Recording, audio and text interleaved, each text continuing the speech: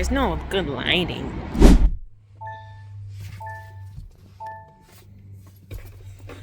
Literally, I would just be like, turn on guard, come on. It had some, I was like, that would have been a mess. It's really pretty. Yeah.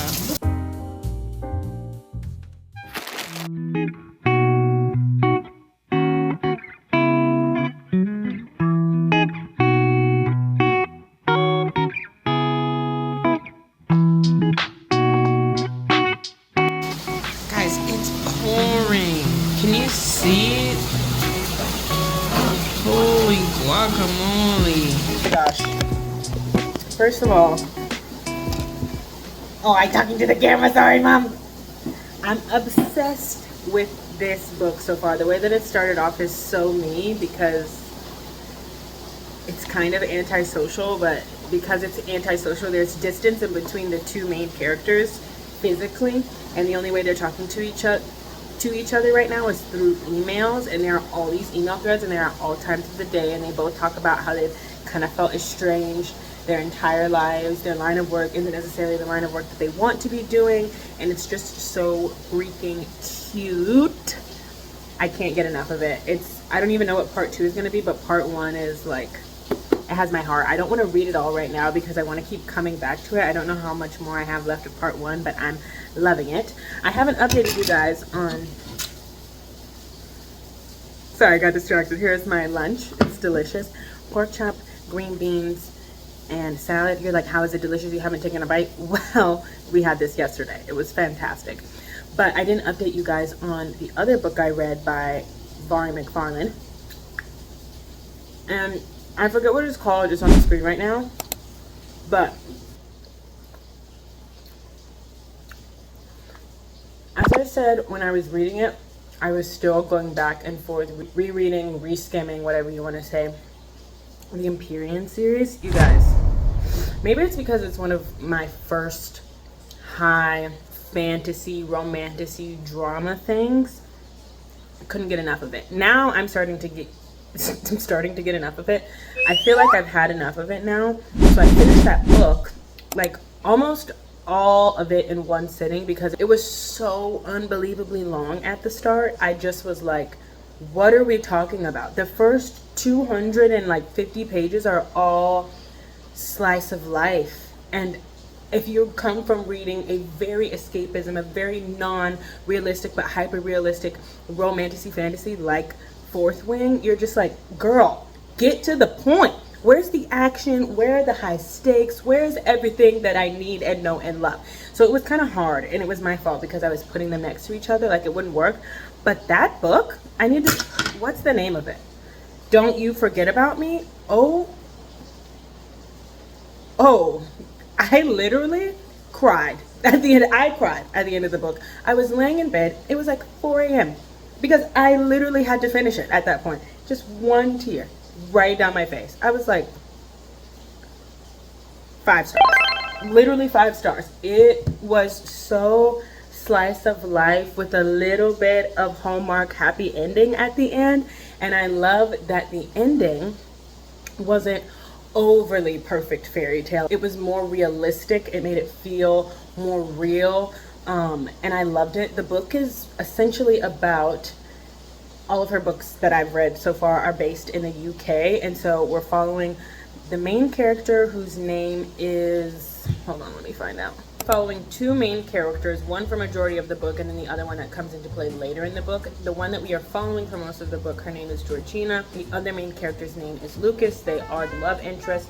We follow Georgina around at a point in her life where she's going from 20s to 30s, and there's just this overwhelming sense of heaviness throughout the entire first 250 pages that we don't really seem to understand.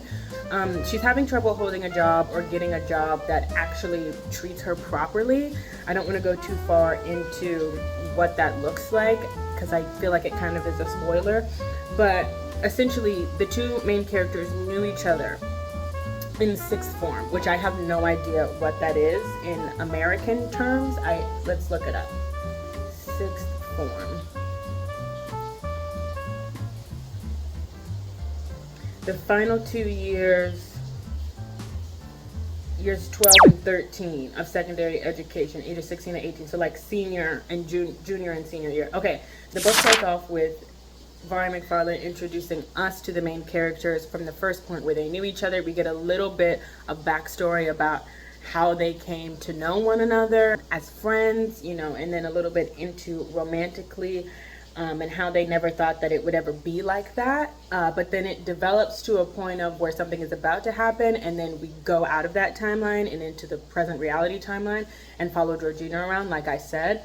And so when she finally gets a job that is treating her properly, Lucas comes back into the picture. And I'm definitely not going to tell you that because that's a big fat spoiler about what Lucas does back in the picture. Anyways, I genuinely was so shocked by that book. I couldn't have predicted that it was going to be so heartfelt and so cathartic almost. Like it felt like I lived her life in a way that I very much enjoy. And it talked about something that's really, really, really important and why it matters to use your voice. And it kind of just shows what it looks like when you don't in your real life and how that affects everything else you do, even when you think it might not. So I like, because of the content of that book and how it was done, I thought so simply, which makes it very beautiful and easy to comprehend, I might consider giving that 6 stars. If I hadn't been trying to go back and read the Empyrean series, I probably would have been so much more awestruck by that book. So next time, or maybe by the end of this video, or if not next time when I make another book vlog or whatever, if I have still thought about it like that, I might upgrade it. But it's definitely 5 stars, because it's actually crazy. It was nuts. I would definitely recommend, but I would read about what the main story, mommy, sorry. I would read about what the main trope in the storyline is, because it is heavy and it's not easy to read if you're not prepared for that or haven't experienced something like that. So I would check that before you decide to read it, because it could potentially bother some people or trigger them. But absolutely love that book. I want to talk about Fourth Wing because I haven't yet, and I will talk about it. I'm just gonna read more. Okay, so we're gonna read more. I'm gonna get my thoughts together and then we're gonna talk about it. But I'm loving The Neighbor Favor. Absolutely adored Don't You Forget About Me. We will talk about Fourth Wing. Okay, we will in this video.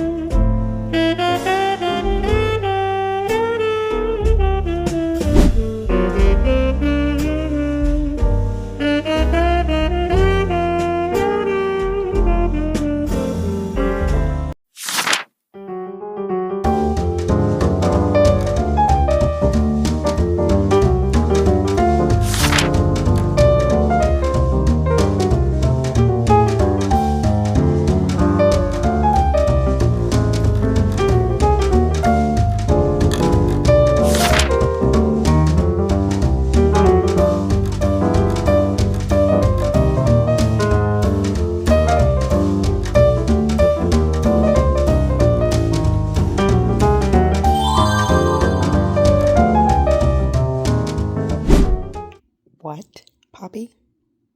What? On page 235 in the paperback.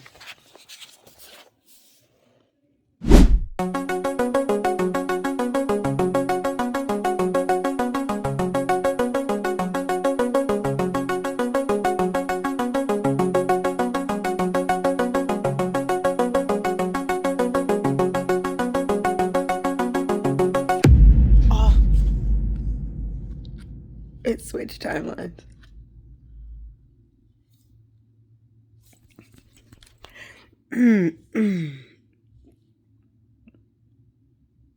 I'm not okay. I'm not. I'm really not. Is this the Croatia 4 summers ago? Was that Croatia?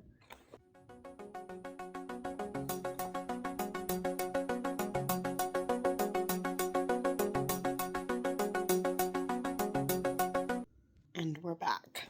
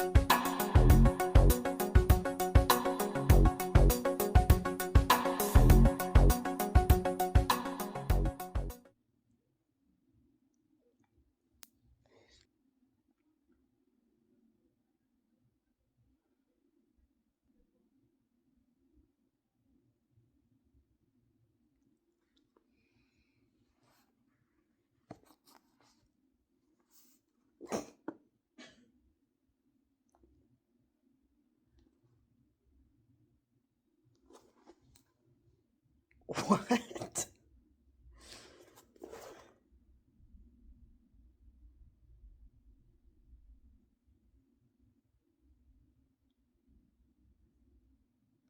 Oh, I didn't even read that for the first time.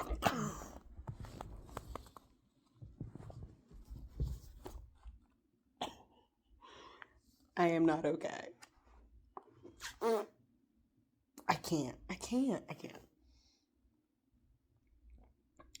I cannot. Oh. How am I supposed to go on? How?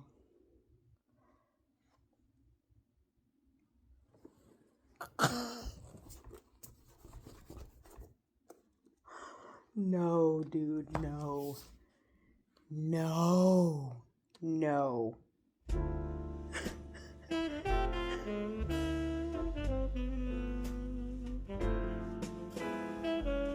I know that's right. Page 251.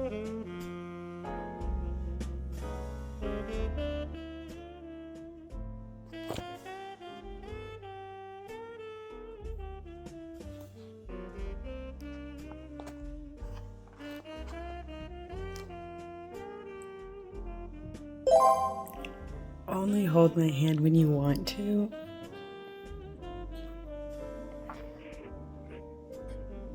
No. No. No, Bobby. It's page 304 or 303.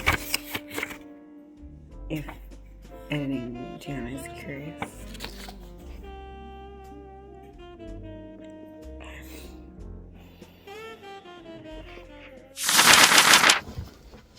Hi, reading vlog. Okay, so we have a lot to do and a little amount of time to do it, okay? If I remember correctly, last time I did a little sit down and let's chit chat, I was talking about reading this book, okay? The Neighbor Favor by Christina Forrest. I finished it on my drive here to LA from Arizona, okay? And then after I read this, I started reading this book.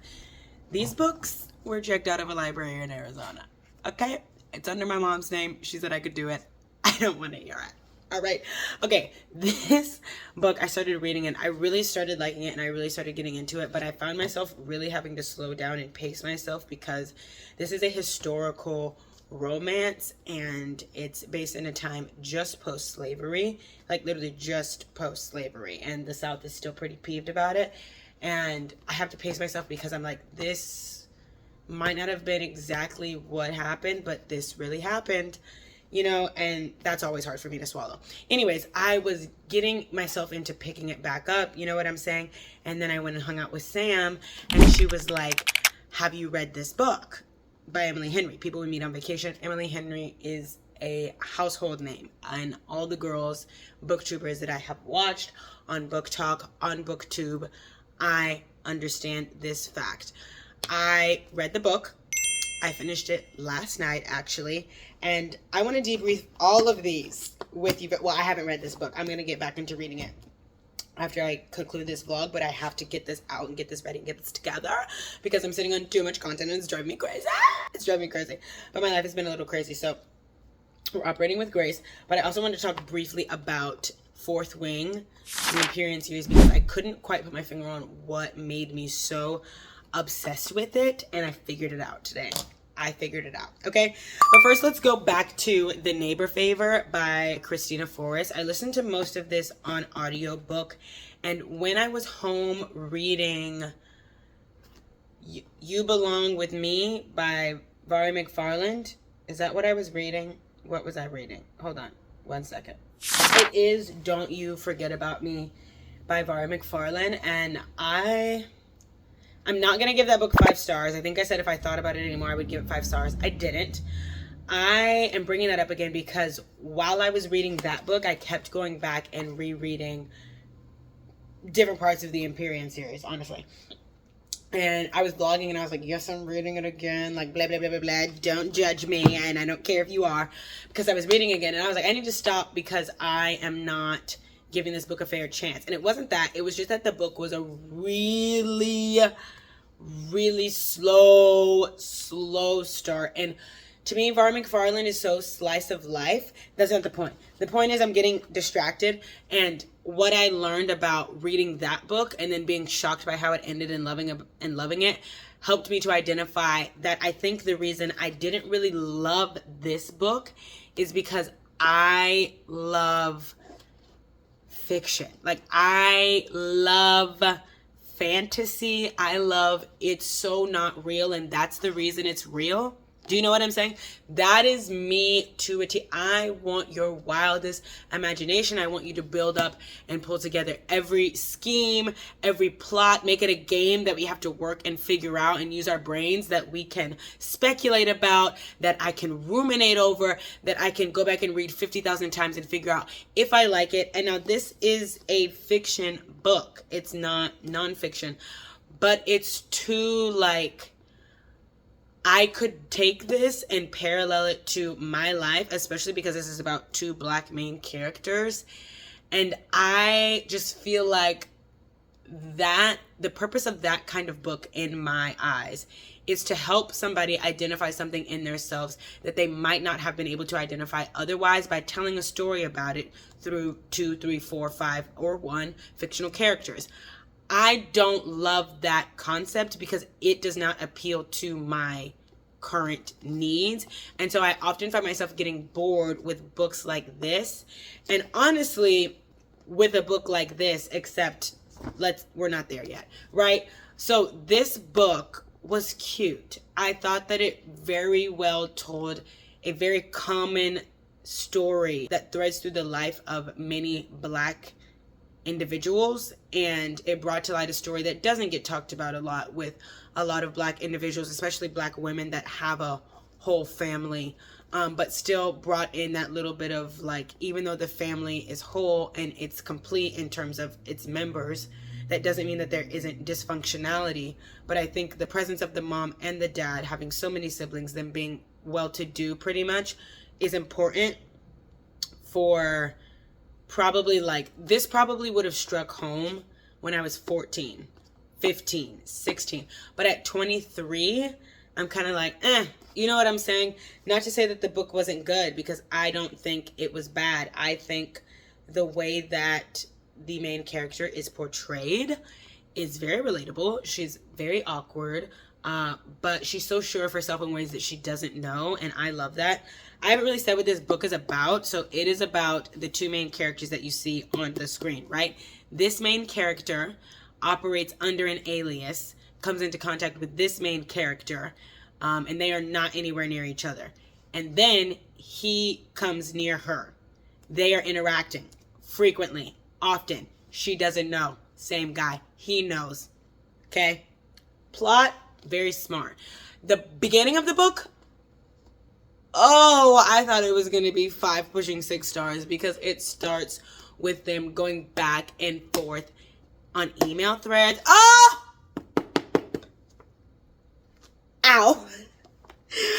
always tells me not to do that, and usually it doesn't hurt, but that time it hurt. But that portion of the book, I loved it. But then when I got into the rest of the book, I kind of felt like, you know how people talk about in social media, like you put a hook in your videos so people will stay and watch? It kind of felt like that after I got into the rest of the book. Not that I didn't like the book, because I did like the book. I just am not going to keep picking up books like this. And although it's not entirely realistic, because I am so far removed from what this life was actually like, and that's not to say that I don't still experience some of the remnants of what was happening in this time in this book, because I do. I'm a Black woman in America. But because I have never known a day in my life what it is like to be a slave or to be looked at as a slave.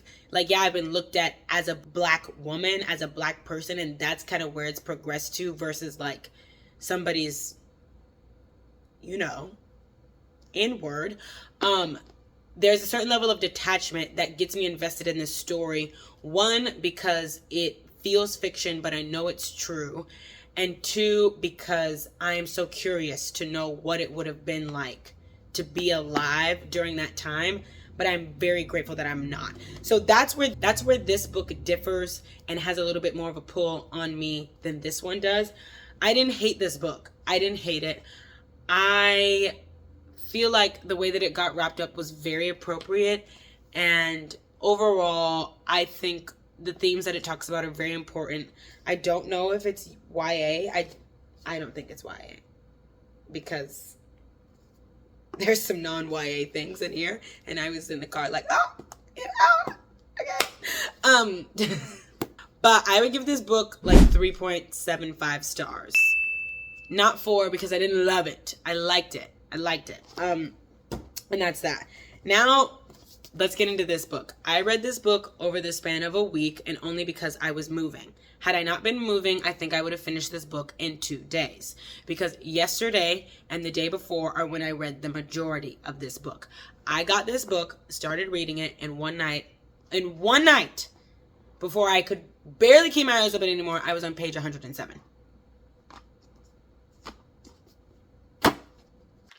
So here's the thingy-mabobber about this book. I don't agree with what she said this book was about.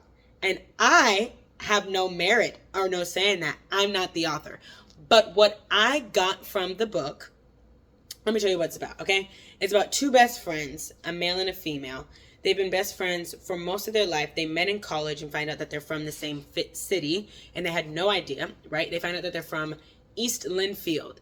The female main character wants nothing to do with East Linfield, had a very traumatic experience, was bullied. She is the oddball out. Her family is the epitome of self-expression, authenticity, and love, and it comes across to people as raunchy, as dirty, and as unorganized, which translates to most as like there can't be love in that house, but it's the exact opposite as she describes it. I love that representation. The female main character, her name is Poppy, that girl in her situation which I just described. The male main character, his name is Alex. His family life is very different. He's the oldest of 3 sons. Their mother died giving birth to the 3rd son, I think, and it shut the dad down. So Alex basically raised, I think he actually raised his 3 little brothers. There's 4 of them. I'm getting it confused. The point is, they are pretty much opposites. He's extremely pragmatic, very dutiful, and appears pretty boring, but I guess he's really hot. You know what I'm saying? So they meet when they're both at college, say very few, very awkward words to each other, and then Poppy makes a friend that hooks Poppy back up with Alex because she was like, I met this dude and he's from East Linfield. You can ride home together. She doesn't know it's him. He knows it's her. Right? Okay. And the thing is that this book goes back and forth between 2 timelines. Sam told me that and I was kind of like, ugh, I've heard that this is hard to do well. If it's not done like this, get it out of my face. Get it out of my face. This, you guys, the world building. And I I think the one reason that I feel a little bit less like this was an amazing book, besides the fact that I don't necessarily agree with what it's about, I reread a couple pages and I can see how she says it's about home, finding home. I get it. I don't think that's what it's about. My thing is, I think it's about fear. And I wish that she would have delved a little more into that, because that is what kept them apart for the entirety of their friendship. And I have to be very careful with what I say because I don't want to give it away. But it's a romance book, so we can kind of all put pieces together about what's really going to happen. But my point is, she says it's about finding home. I think it's about addressing fear. And the reason that I don't think this book is 5 stars, maybe 6 stars out of the water, is because we don't see enough of Alex and Poppy's personal experience, or just one of them, with the fear. We don't encounter them encountering themselves in a way that frightens them and tackling it enough for me to be so attached to Poppy and or Alex that I am like, yes, yes, yes, yes, yes, Emily Henry, whatever you say, I believe. That is what I think. This book was freaking fantastic. The way that she builds a story, the way that she builds tension. Ooh, it's tasty. I can't lie to you. It is so good. If you cannot practice delayed gratification, this book is not for you. But if you want to try, this is the right book to do it. I'm telling you, this is the right book to do it on. It is so expertly done. And one of the blurbs on the back says, deeply emotional and starkly funny. Deeply emotional is the one that sticks out to me. I do think the book is funny. Not my type of humor, but I could laugh at what they were laughing at because I could comprehend what she was trying to get across and why that kind of humor appeals to certain people.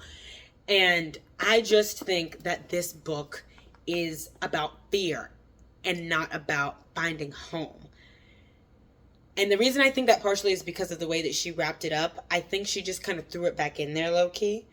But I'm not an author. I am not condemning her at all by any means. I just have a different perspective. And I think my perspective makes a little bit more sense. And of course I do, because it's my brain. Of course she thinks her perspective makes more sense because she's the author. But I really did enjoy reading this book. I feel like in a book that's so back and forth, seesaw, we don't know what's going to happen, it is really hard to end it well.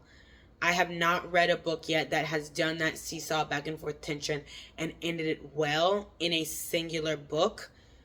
The Empyrean series is doing that through a series of books so far. And I think that makes it a little bit easier. This task, I think, is a tall one and it's very difficult. And I applaud any and every author that tries.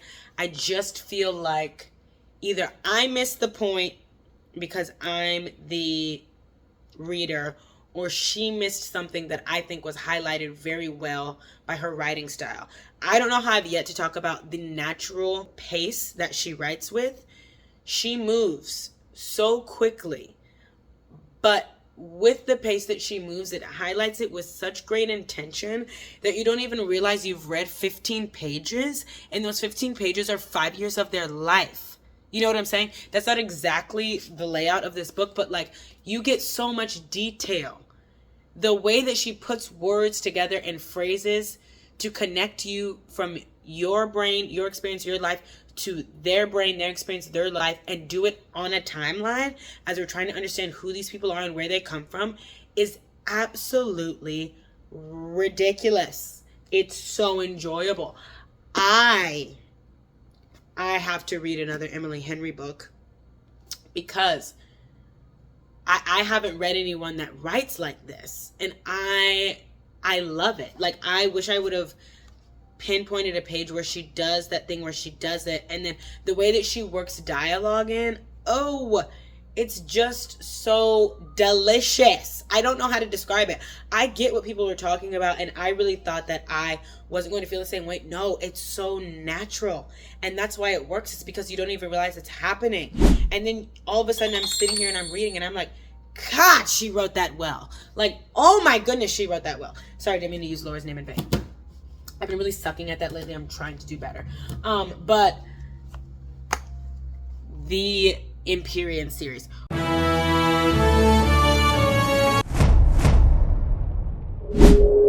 Why do I love it so? Why couldn't I figure out why I loved it so? The answer is because the performative aspect in this book. Okay, if you don't know anything about the Empyrean series, we are following a small, fragile, weak female main character. Weak only because she is said to have the same autoimmune disease that the author does, not because she is weak in any other aspect, because she is not. Okay, we are following her through Basgiath War College. She is entering a quadrant that she was never intended to enter, in theory. Okay, let's not even go there because I will talk about this for 20 more minutes and this video is only 15 minutes long, okay? She enters into the writer's quadrant to become, potentially, if she can survive, a writer. And writers have to write something, right? What do they write? Dragons. They write dragons. We are following Violet on her journey to becoming who she was always to become, while she is letting go of who she thought she would become and that life and what it entails. Because she thought she would be someone else, the woman that she develops into, the writer that she develops into, is one of the most powerful. One, because of her ignorance to the idea of who she was really supposed to be. And honestly, our ignorance, we're figuring it out, and I have my theories. We won't go there right now, but I have my theories. But also because she gets chosen by the second most powerful dragon on the planet once she makes it through threshing all of those things. Lovely and amazing. This book is not real. It's not real. But it is so intricately crafted. There is an answer, a rhyme, and a reason for every single part of it, even when you don't recognize it. On my third reread, I saw, it was like a half reread, but on my third reread, I saw things that I didn't see in my second reread. On my second reread, I was like, she has been telling us what she was going to do in these next two books this entire time. And so I am so obsessed with this because it allows me, I am so obsessed with this series because it allows me to scratch that performative inclination itch in my brain.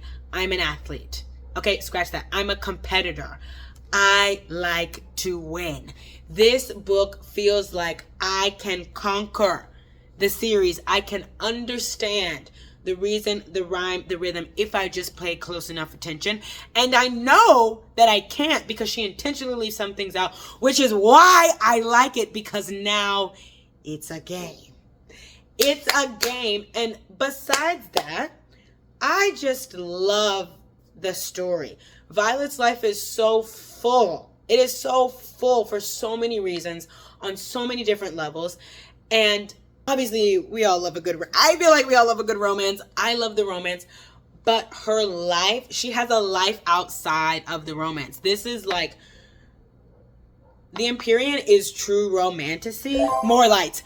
I just think, without sitting here and talking about it for another 40 gajillion years, that for a type like me, in order to get my attention, you have to draw my interest, but you have to do it earnestly. So it's a lot easier to do that if you are extremely vulnerable and relatable in a way that I have only really found in Vari McFarlane books, or you have to create such a detail-oriented fantasy realm that draws me into it because I simply want to understand where it comes from, why you developed it, and what interested you in doing that I will now listen to what you have to say. And I think that besides the fantasy part of it, the enjoyment of reading a book like this and seeing just how Rebecca Yarros's creative wiles take over and can impress someone who loves reading and who loves literature and who always has and has loved words,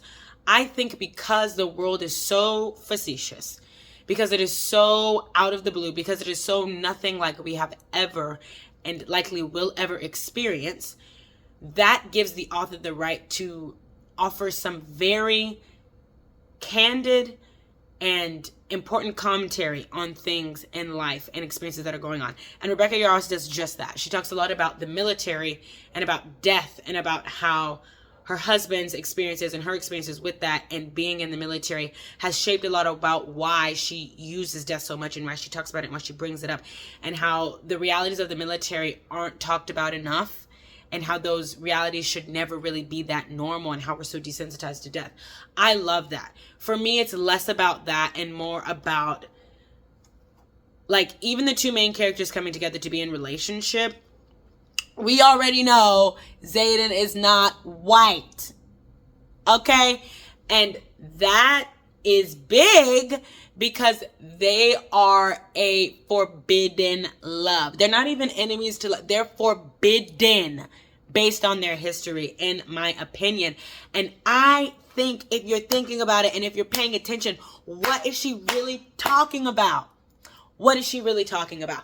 And I think her genius is so hidden in plain sight, addressing all of these different things in America. If I am wrong about what I have learned about Rebecca Yarros, about some of the things she stands for, and about the way that she views the world, and how she talks about equality, how she talks about justice, how she talks about our general desensitization to things that are very deeply and emotionally damaging in this life, I would be very surprised, because it takes a specific level of intention and knowledge and intellect to do what I believe she is doing. And so if you want to have a good time, read the book. If you want to get an idea more of what I'm talking about, read the book. You know what I'm saying? And I will come back to the Empyrean. I will always come back to the Empyrean. I don't think there will ever be a series ever again that will ever draw me in like this one has. Okay? In the Neighbor favorite, there was a character whose name was Violet, and anytime she said that, I pictured this Violet. I did. And I don't have the physical books with me, but I just, like,